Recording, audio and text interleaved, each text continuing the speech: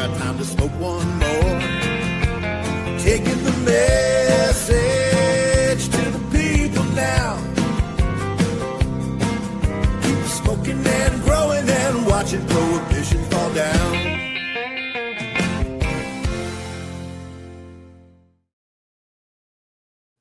What's up, DGC? Today, we're talking tissue culture with special guest Jesse from Mothership Labs. And I used to tune out on this because I didn't think it was for me. I didn't think it was for the home grower.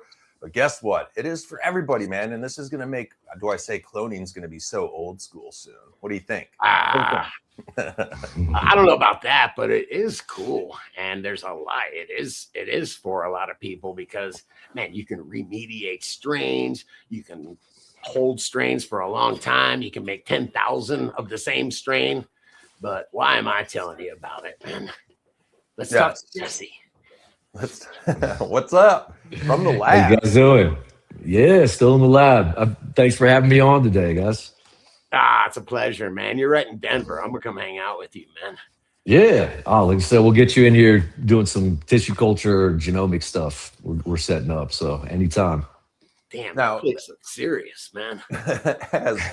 as Scotty says, real quick, make sure you subscribe if you guys haven't yet. There is a show today, an uncensored show, realdgc.com/TV, right after this, where we can say what we want, do what we want, and it's a damn good time. And I think, Grambo, are we simulcasting? Is that how I we are? We are over there. Real DGC. I'm sporting my Top Gun look.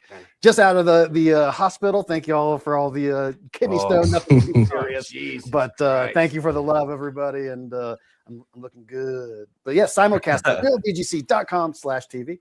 So, guys, go over there. If you do have questions for Jesse, I'll try to keep an eye on that chat at realdgc.com/TV. And let's hop into this, Scotty. I know you got a lot of questions here. Yeah, I mean, first off, what is it and why would I want to use it? Why should I be excited about learning about tissue culture, man? Yeah, tissue culture can do a lot of stuff, right? The commonly known one is like propagation. You can clean pathogens, so completely get rid of pathogens. You can store your genetics all the way up to, you need tissue culture to do a lot more advanced stuff. So if you're doing genetic modification and research things and cell studies, and so at its core, it's really like another tool, is right how I just explained it. It depends how you use that tool in either a lab or in your garden or your house, right, or whatever it is, right? Most of the time people, at least the advantage you see at doing it at your house is like, I just broke down my lab at my house and moved everything. But I had 200 different cultivars just sitting on a shelf that don't have to water. I don't have to, you transfer them into fresh media every once in a while. And, if you can just rotate out genetics. And I've been breeding for a long time, and that's another huge capability just for breeding is insane. You can do pathogen resistance trials, and lots and lots of stuff. So you've given me lots of questions. Scott, just interrupt. Well, I have one because I just want to hit this, guys. Today here we're going to be shifting over to the uncensored show right around 5 o'clock Mountain Time. So, but first, I think it's important when I started, I'm tuning more into this and answer the question. On realdgc.com/TV. Thank you. Just like Doja Ridge, DGC producers asking, is this for the home grower? Can they get into it? Is it cost effective? Or I feel like it's got to be for an individual that is very technical maybe and can follow instructions to the T. Yes and no. Like, it depends what you want to use it for. So let's say home grower, you just want to store genetics and you want to, build a collection, and you're not having to keep all these moms alive. That is a really, really effective way to do it. And it's not as complex as like, you don't want to start doing genetic modification at your house, right? So the learning curve to get there that's really what we help other groups and people with, is the formulation stuff. And like, it sounds scary or difficult, Right. but the biggest learning curve is just feeling comfortable working in an aseptic environment, right? So your flow hood or Scotty, you were talking about like still air box and things like that, just preventing contamination. How much is all Yeah, that? If I want to you get can do it. not a simple setup. All right, hang on a second. All right, I think of growing cannabis as pretty easy if you know what you're doing. You don't have to be completely sterile, all that stuff. I'm intimidated about growing mushrooms because of the sterility aspect of it. And whoa, man, you got the double going, man. Oh man, No, but how does it compare? I need another one of myself. That's Hell yeah, man. bring it to life, dude. Beforehand, man. Definitely. I'm not Hey, sure. and wait, Grambo, I threw a link in the private chat for a tissue culture kit. Scotty was just asking how much to get into it. They're advertising a home kit here. But how hard is it, man? Is it something, if I buy this tissue culture kit, if I can grow mushrooms, can I do tissue culture or? Absolutely, yeah. It's the same, a lot of the same components, equipment, if you're growing mushrooms. And it doesn't have to be crazy, right? So I always suggest people, like start with something like that. 275, like I can get into this for $275, legitimate. Easy. Yeah. Okay. When you start spending more, just like growing, growing anything, you want to grow more or better or have all these other options, then that's when you start spending money. You can get, because the main components is like a flow hood or still air box, that kind of stuff. Autoclave, which you can get a pressure cooker, like $100 maybe, $60 if you just get a small one. Would you do me a favor when you're explaining these things? Or when you tell me about what is it for? Because I've heard about a laminar flow hood for 20 years probably, and I don't know what it is, man. Yeah, I can show you right here. This is our sterile room. If you see that 8-footer in there, that's a huge flow hood. And then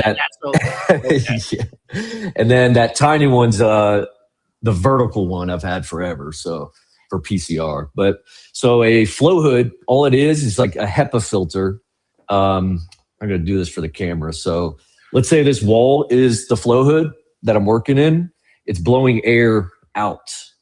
So filtered and sterile through HEPA filter, right? So if you have a spore or anything floating towards your cultures or open vessels, it makes sure that it doesn't come into that flow hood work area. So the sterile zone is what you call that.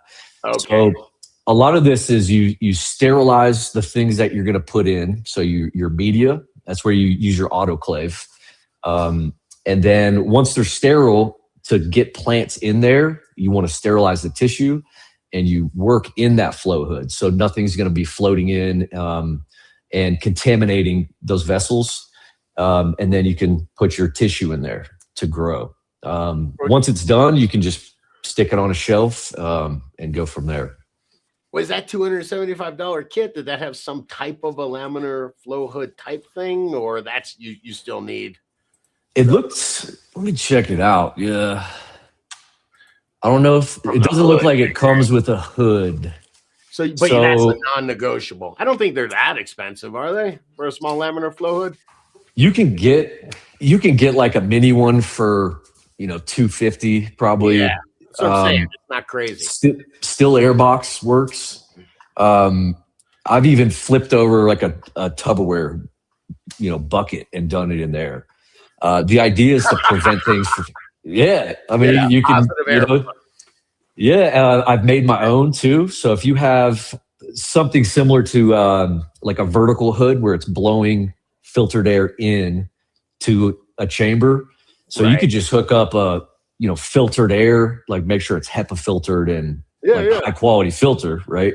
And you're filling that chamber until you get that positive pressure pushing out, and that works. So there's a lot of ways you can do it, especially if you're trying to save, be cost effective. You just flip a box up, spray it the inside out with 70% alcohol, wipe everything down, and that could work so you can get enough practice. Because until you feel confident with, aseptic technique, so that's, how you're touching and moving in that sterile zone, like just don't spend the money. You don't need an 8-foot hood like that. Right. So Right. I think just getting over that practice so you're feeling comfortable, then everything else is relatively easy.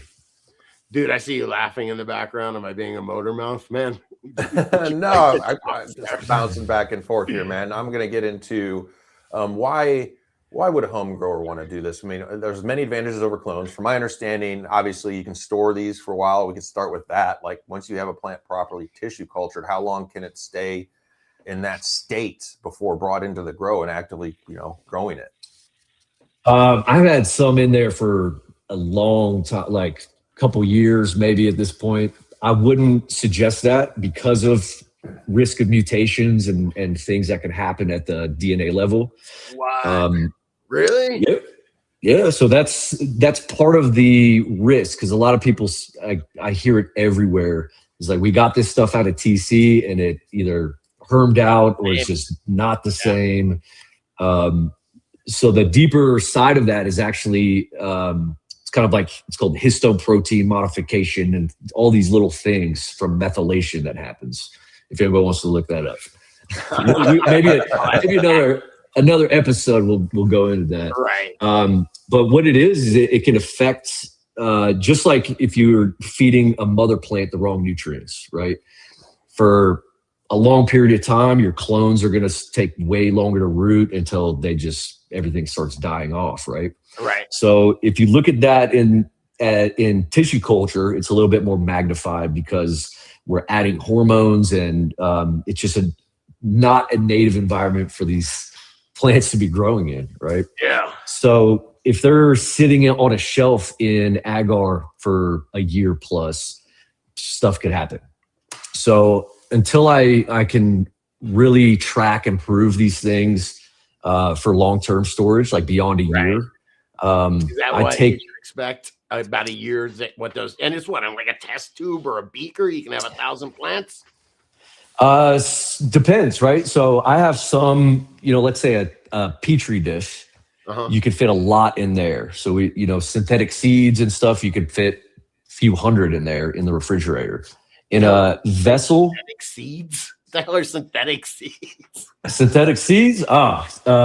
So picture tissue culture, right? Right. There are node segments, like really small node segments that you're basically encapsulating. So it looks kind of like a little marble. So you're encapsulating all it is sodium alginate and calcium chloride. So sodium alginate mixed with the formula we developed. You put the node in there. You can pull it up with a pipette, which is one of these. Guys. Right, so it has a tube on the end. I got one of those. Yeah. And then you drop it into calcium chloride and it hardens into this little sphere. So it protects the tissue, it gives it nutrients and keeps it growing. The last trial we did, I put in just a plate of those in a refrigerator. I think it was almost a year. I started pulling those out, putting them back into tissue culture to start growing. And I think it's about 98% viability from that. Yeah, there's a synthetic seeds right there. Dude. So, it looks like caviar or something. That looks like caviar. Yeah, it's cool. You got it in a fridge and stuff? Yeah, so these depends what you're trying to do, but it's another example of you have a TC lab and there's all these tools that you can utilize, right? Synthetic seeds, like a true version of that is a synthetic embryo that we create. So you could actually plant and, it's growing roots and shoots from that. This version, when it's just a node piece, you have to go right back into a sterile vessel. And they come out of the stasis that have been in the refrigerator, low metabolism, just alive, but not really growing. And so you put them under some light and they'll start growing back into shoots and then you can multiply from there. So we developed that mostly for shipping and, I could fully stock a lab from here with tons and tons of genetics. And they just fill up vessels and they're ready to go. So now hold that thought. Yes, hold that thought, Scott. I got to come in and say, guys, yes, Support the show, support your grow, realdgc.com/deals.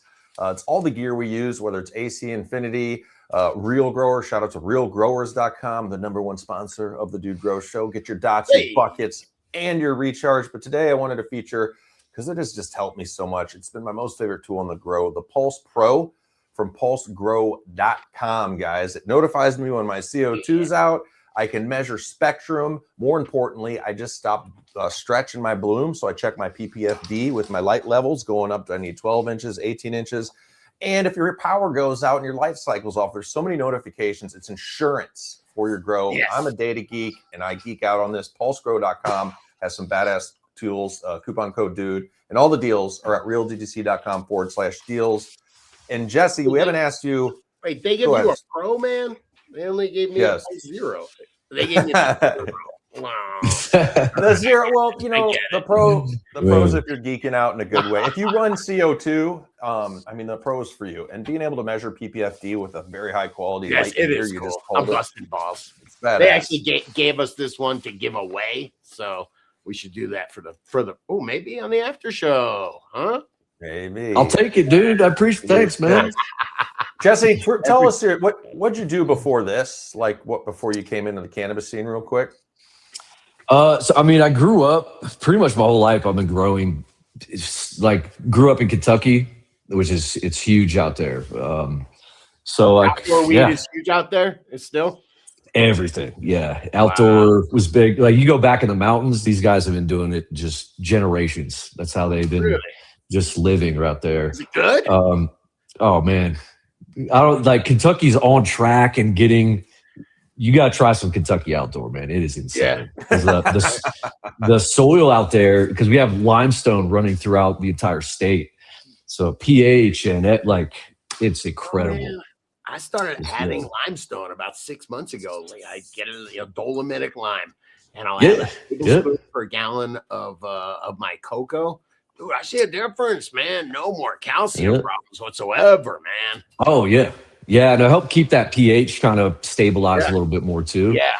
But yeah, I just grew weed breeding for a long time. And then I came to Colorado in 2014 and I was started as a trimmer here. So I was like, I gotta go pro, you know, and worked every single position until I was like COO. And then we opened up one of the first seed facilities here too in Colorado. So from there, I went to work in biotech, and I was running the DNA department.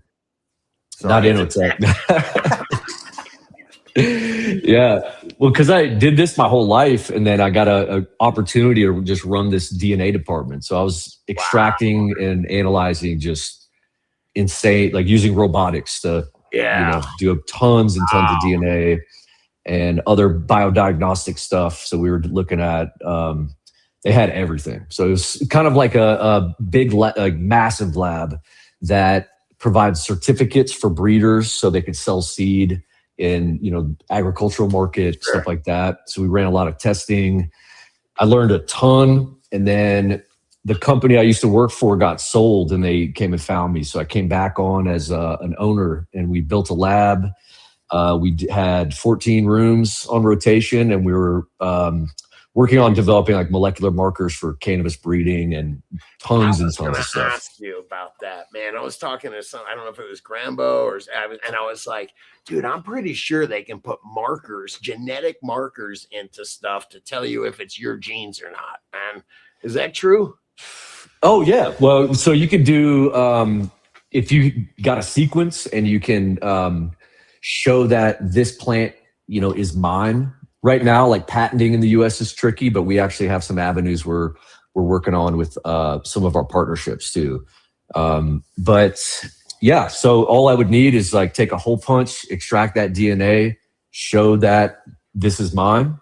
And you can prove it. So I believe there's a case that was done. Somebody from one company left and stole all their genetics and I think started another company, but they had the DNA sequence of their genetics. Prove it. That's gangster.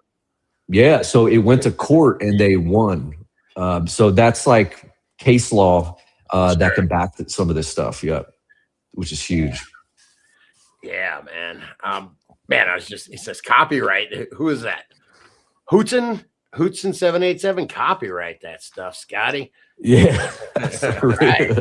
Trademark, bro. That stuff's coming. It's crazy though. We gotta watch out when legalization comes. Geez, you gotta watch out because there's gonna be a bunch of stoners suing each other. You know, sure will change the dynamic. Yep. It's coming like really soon. Like that it's happening. So we're trying to be on the good side of it and help. Like I work directly with breeders to help them, store their genetics, clean them, distribute, like whatever. But on the way, like we can help patent stuff if you actually bred it and can show that process. The bad side is like what Scotty was saying, just like, I patented GMO, so where's that starting point to where who created this? Because a lot of it's like myth and story still, or like people are like, I made Skittles. Like Skittles is mine. So where does that line kind of start, And a lot of it is, tracking and keeping your notes and data and things while you're breeding these lines, you're going to be way better off. So being able to back that up and then go through a process to get patents or, whatever you want to do there. So hey, before people get mad about it, because that's a corporate rock one right there. But dude, I think one of the coolest things about tissue culture is you can remediate something with disease. You can take something that nobody would touch because it was, whatever the hell was done with it, and you can remediate hop latent viroid. Can you imagine having this cut that nobody else has, and you get hop latent viroid, and you guys can remediate it? Oh yeah, we've done a bunch of those. And that's, I guess, another reason to if you're doing breeding or collecting, to have this at your house or just part of your business. Because if you have a clean copy that you can always pull from, something gets infected, you just pull a clean one out. So it's another benefit. But so pretty much all pathogens, all pathogens we can get rid of. So you have to deliberately do that, or that just anytime you tissue culture, it wipes everything out. So it's a different process, right? So you're doing a meristem excision. So let's say somebody has HLVD and they bring it to me. First thing you want to do is get it tested. Know what you're working with to prevent spread and prevent cross-contamination stuff. So the way it works is these pathogens are going through cells that have turned into, xylem and phloem and just these pathways, right? So at the very tip, there's just new rapidly developing cells that haven't turned into anything yet, right? So if it's not connected to this vascular system, and that's kind of like the road that all these pathogens kind of get through the plant and spread, it's a mechanical separation. So I'm dissecting under the microscope and taking just a small, it's like that size of like a pinhead. So tiny clump of cells, those are meristem cells. And what they are is just undifferentiated cells is what it's called. So they don't have direction. They're not they're not going to be like a leaf or a stem or whatever, right? Yet, right? So kind of like stem cell sort of thing. Exactly. Yeah. Yep. So this is something beautiful, Grambo. Okay. Dude, I got tons of them. Come by the lab, Grambo. I got you. Morning. Well, grow your new one, dude. Culture. So once you have those, right, and all of this tissue culture stuff, right, is based off what's called totipotency. So a single cell can recreate an entire new plant. It has all the information and the process of tissue culture. We have the formula to support that new cell growth. And then we're deciding for those cells what we want it to turn into. If that helps, makes more sense, right? So you put it into, we got the meristem cells, and I put that on I use Petri dishes, and that has vitamins, nutrients, hormones to kind of direct those cells to grow into shoots again. Sure. You said agar before. Is that like something that's kelp based? I was looking at that one time, and I thought that's yeah. So there's a lot of different types of gelling agents. A lot of them are derived from kelp, with sea moss, all that kind of stuff. Traditionally, like the most common one is so agar, but there's also there's a lot of different gelling agents. Is that what it is? That's the jelly that they grow in. That's what an agar is. I've always seen this first thing when I Google tissue culture, how to tissue culture. It's like, put this in your agar. And I'm like, I'm out. Get some jelly. That's it. Yeah. So, and all it is like, you can do liquid media too. We have, did bioreactor stuff where you're rapidly, growing cells. But all that is, like agar is just turns that liquid into a gel to where you can just anchor that plant in there, put it on the shelf. Now, you don't have to touch it. Once in that gel, it's its own plant at this point. Like it has micro roots and it's like in suspension. Like it's not trying to actively put on more leaves or grow more because it's not in the right growing environment. Or break that down a little bit. So it gives you the ability to control all that stuff, right? So if I want it to just kind of not really do a whole lot, same thing as plants, right? You lower that metabolism, so less light, temperature, and you can slow those down for long-term storage. If you increase those, because a lot of this is external pressures, right? Light, humidity stuff, all that. Then it's the difference here is because you'll get evaporation, right? But if that gel density is lower, then those because everything's being absorbed by diffusion. So it's like absorbing into that tissue. Sure. So you could change all these parameters to get, faster growing shoots, let those leaves grow, like whatever you're trying to do. And when you want to start developing roots, I just transfer that into a rooting formula to where it's absorbing IBA, right? And those internal things start shifting until they start growing roots. So you really have a lot of control over what you're trying to do. I could flower them out in there. Nobody would smoke it, but I was like, hey, I want to test this bowl. It has some golden goat. I got it like a nug this big, but you can do a lot of different stuff, right? It's just a matter of like, what is the best use for your scenario? Like, hey, we should give a shout out to the we're about to turn into a pumpkin over here on YouTube here in about 5 more minutes. All right. And, head over to realdgc.com/TV. And that's free, right? Well, Everybody can get in. Yes, I was just going to say, all you need is a free real account on realdgc.com. Easy enough. You should have one anyway. There's 7,700 growers or something over there at this point. I want to shout out to the producers as well. Thank you, DGC producers. If you're not a producer, you're missing out. You get 30% off recharge. If you guys haven't, DGC producers, check out the giveaways group. There's a AC Infinity Thermoforge T7 heater. I just hooked one of these babies up. I dig it. It has 10 speeds, and you can just hook it right to a VPD controller. There you go, Gramber. Making that a Gramber. Gramburger sounds delicious. DGC producers, $10 a month. Grower dividends pay you back, man. And also the DGC Cup is happening. DGCcup.com. Competition tickets just went on sale for everybody. So if you guys are competing, go to DGCcup.com and get yourself some tickets and come on and hang out the first weekend in June. Don't forget the producers, you get a discount on that as well. Always check in that discounts and giveaways group. Yeah, we'll have Jesse at the DGC Cup doing some live demonstrations. Really? Yes. Yeah, man. I was there last. If anybody saw me, I was just doing meristem dissections in the middle of the aisle there. Yeah, we can set up whatever you guys want. Just help show people what it is and get hands on. If that's what we do. So love to contribute. Hey, Grambo, I saw you put Dale Palmer says so much knowledge, it's making my head hurt. Yes. Jesse, I want to compliment you. There is a lot of knowledge here, but if you listen to this and listen back to it, you can really understand, man. So tight work. Good. Yeah, I was worried about just dropping too much at once. This is great, man. Will you help me out when I look at when I'm reading a catalog or whatever, it says like stage 1, stage 2, stage 3, stage 4. What's that mean? And when should we be comfortable buying them? It's a very good question. Like if you're going to buy TC, right? Yeah. So I'll start.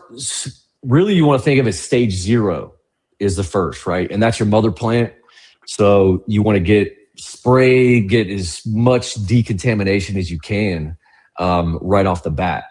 I use stuff like, BioSafe has a ton of stuff. I use like Xerotol and things that are going to kill endogenous contamination.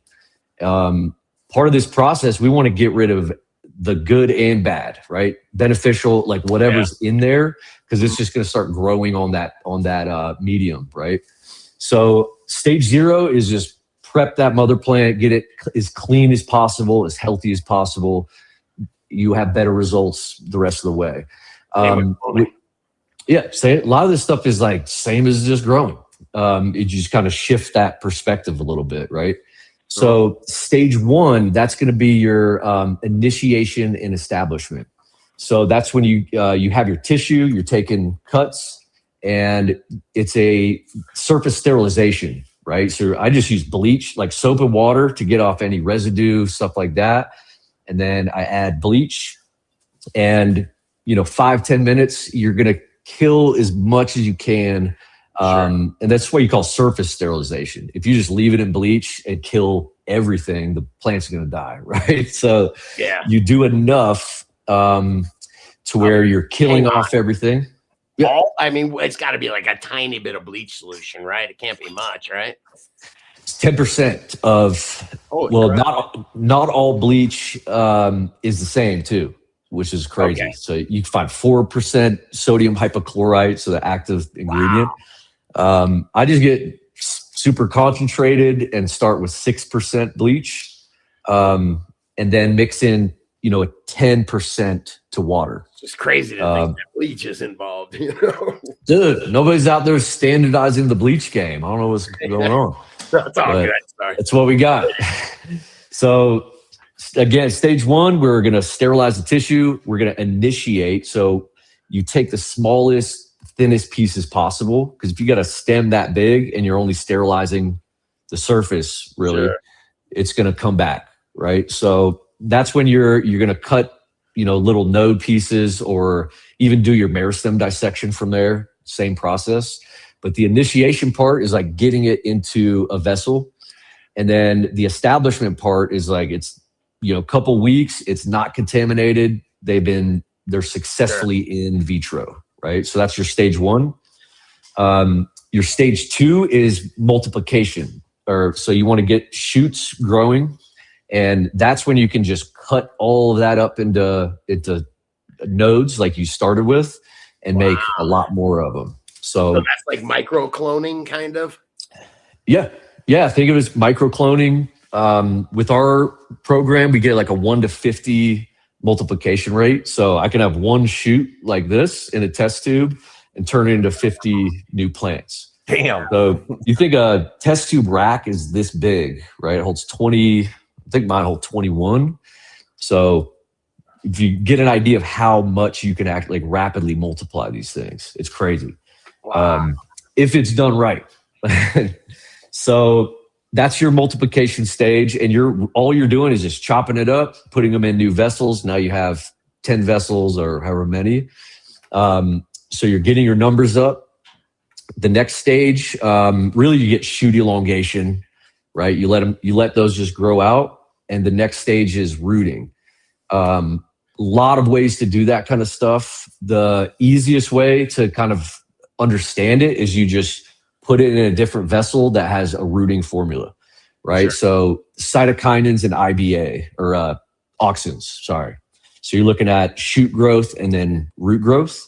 And so kelp you're just those, right? And kelp, dude. Oh, actually, kelp does have that. Yeah, vitamin B1. Yep. Yeah. So all you're doing is just pulling that out of one vessel, sticking it in the other with the rooting hormone, and then just don't touch them. Don't open them. Just don't touch them, and they start rooting. So, yeah, dude, we'll get you in here. I'm telling you. I'm going we do a lot of crazy, fun research here, man. It's awesome. Yeah. And then that leaves acclimation, right? That's the last step, right? So you're acclimate, just like hardening off clones, right? You start cracking the dome a little bit until they're used to that lower humidity. So they've been in these vessels this whole time. I use ones that have like a HEPA filter top that allow gas exchange, right? So you get some of that air. But that's all the acclimation step is like we have roots, we have basically like a clone, and we're gonna keep it in high humidity and start just dropping that humidity until that thing's just ready for more food and water, and you're good to go, right? How big are they then? What does that look? And is that stage 3 or what stage is that? I think that's stage 4, right? So It's all right. Depends. So the size of these all depends on size of your vessels and how long you let them grow. I mean, I've acclimated ones that are like crazy, way too big. So like an 8-inch vessel. Yeah, actually, I just got these, which I'm excited to fill up, man. Grow up sometime. This guy from NASA has this warehouse that I got to on Facebook Marketplace, and he had all these. Pull down an 8-inch vessel. Started growing these gigantic test How many tubes, can you put in there, man? I just want to put one and just let it, make like 1,000 more out of this. But so at stage 3, would you use that for stage 3 or stage 4? Or at one point, do you get them out of the test tube and into a cloning chamber or something like that? yeah, so that'd be the acclimation step, right? Gotcha. So go back to the rooting phase, right? So we have a nice chunky shoot. We got some roots on it. And this is the easiest way that I at least teach people to pull them out of TC is pot them up into soil with beneficial bacteria. Yeah. Because that's the biggest piece that makes a difference, right? We stripped everything out of these plants. They're just sterile in a tube. And that leads into like the trials we did, like hermaphrodism, like all the problems that you hear about or have seen. A lot of it is solved just by doing that, inoculating with the right groups of bacteria. As soon as they get out, start packing them full of beneficials. Same with clones. Use recharge, man. Yeah, but I do. I put my cubes in there, and it's a game changer. I lost 0 clones. Dude, I lost 0 clones, Grambo, but dropped a clone dome. Yeah. So man. All like 5 or 6 tanks. So I was And on that subject, it's about time to close this YouTube. Yeah, I was going to say, I'll tell you all the dirty words I said when I save them. Guys, realdgc.com/TV, so we can do what we want, say what we want, and have a good time. Hook up some things as well. Jesse, you're welcome to hang out, get back to work. I appreciate you dropping much knowledge on this show. Brother. Yeah, anytime. You guys come by the lab whenever, man, and let me know what else I can do for the community too. We can do demonstrations. We're putting together videos, classes, and stuff like that too. But where do we find you? Give some proper shout outs. Yep. Yeah.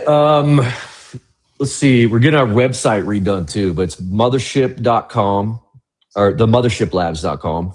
And my personal one that I haven't even been posting to Instagram for Mothership, but mine's low key high tech. We'll start transitioning and doing like live TC stuff on our other one. But I kind of stay undercover most of the time, man. Sure. You're like low key but high tech. There it is, man. You got it. You got it. But if you guys want to come film some TC stuff anytime, man, we'll teach you how to do it and get some any helpful things for your viewers too. We'll make it happen. Hey, I'm not lying. I'll see you. I'm gone. Yeah, man. Awesome. All right, guys. Stay higher. Come on over. We're going over to realdgclive.tv, realdgc.com/TV. Catch you there. You're welcome to hang. We're going to go over there and. Yeah. Got it. Sounds good. Yeah, I'll jump on here in a minute, man, for sure. See if I answer questions, whatever.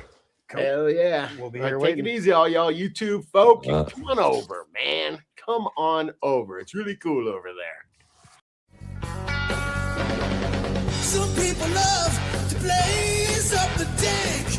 Yeah, we get happy for noon.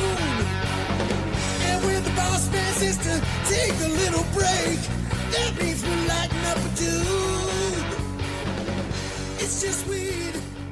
It's just weed.